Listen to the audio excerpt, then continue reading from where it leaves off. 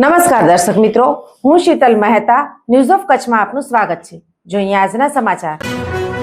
Kalapurnam plywood and laminate તમામ પ્રકારના plywood તથા હાર્ડવેર માટેની ખરીદીનું ઉત્તમ સ્થળ કલાપૂર્ણમ આર્કેડ, બીસીસીબી બેંક સામે, ન્યૂ સ્ટેશન રોડ, ભુજ।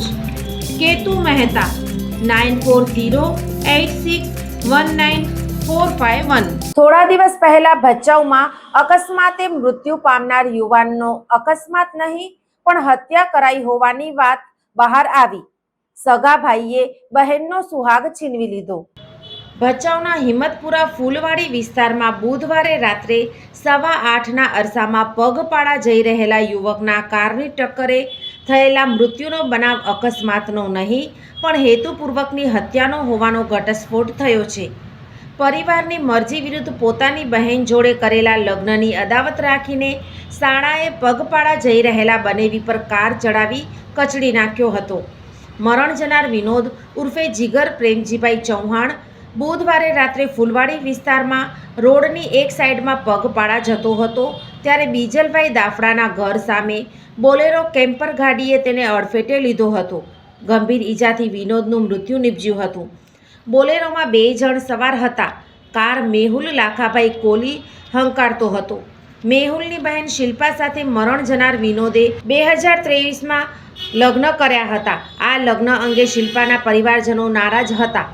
તેની અદાવત રાખીને મેહુલે ઈરાદાપૂર્વક વિનોદ પર ગાડી ચડાવી હતી અને હત્યા નિપજાવી હોવાનું પોલીસ તપાસમાં ખુલ્યું છે। શિલ્પા અને વિનોદ 6 માસ અગાઉ સંતાનના માતા પિતા બન્યા હતા। સગા ભાઈએ બહેનના સેથાનું સિંદૂર ભૂંસી દીધું છે। બનાવ અંગે વિનોદના ભાઈ આનંદે બેઉ સામે હત્યાની કલમ તળે ફરિયાદ નોંધાવી છે। કારમાં મેહુલ સાથે રહેલા તેના મિત્ર હર્ષદ શૈલેષભાઈ પ્રજાપતિને પણ સહ આરોપી દર્શાવાયો છે। ગુનાની તપાસ કરી રહેલા પોલીસ ઇન્સ્પેક્ટર ડી ઝાલાએ જણાવ્યું કે હર્ષદ કાર ડ્રાઈવર તરીકે નોકરી કરે છે। શેઠની ગાડી લઈને તે આવેલો અને ગુનો આચરવા માટે તેણે મેહુલને કાર હંકારવા આપેલી। આરોપી મેહુલનો ભૂતકાળ ગુનાહિત છે। 6 જુલાઈ 2024ની રાત્રે નગરપાલિકાની રોડ લાઇટ શાખાના હેલ્પર અને તેના પુત્ર પર હર્ષદ પ્રજાપતિ, મેહુલ કોલી અને અન્ય 2 જણે છરી ધોકાથી હુમલો કરીને માર મારેલો, જે અંગે ભચાઉ પોલીસ મથકે 4 સામે હિંસક હુમલાની ફરિયાદ નોંધાઈ હતી। બંને આરોપીઓ હાથ વેતમાં હોવાનું જાણવા મળ્યું છે। દર્શક મિત્રો, આજે તારીખ 27 ફેબ્રુઆરી 2026 આ હતા આજના સમાચાર।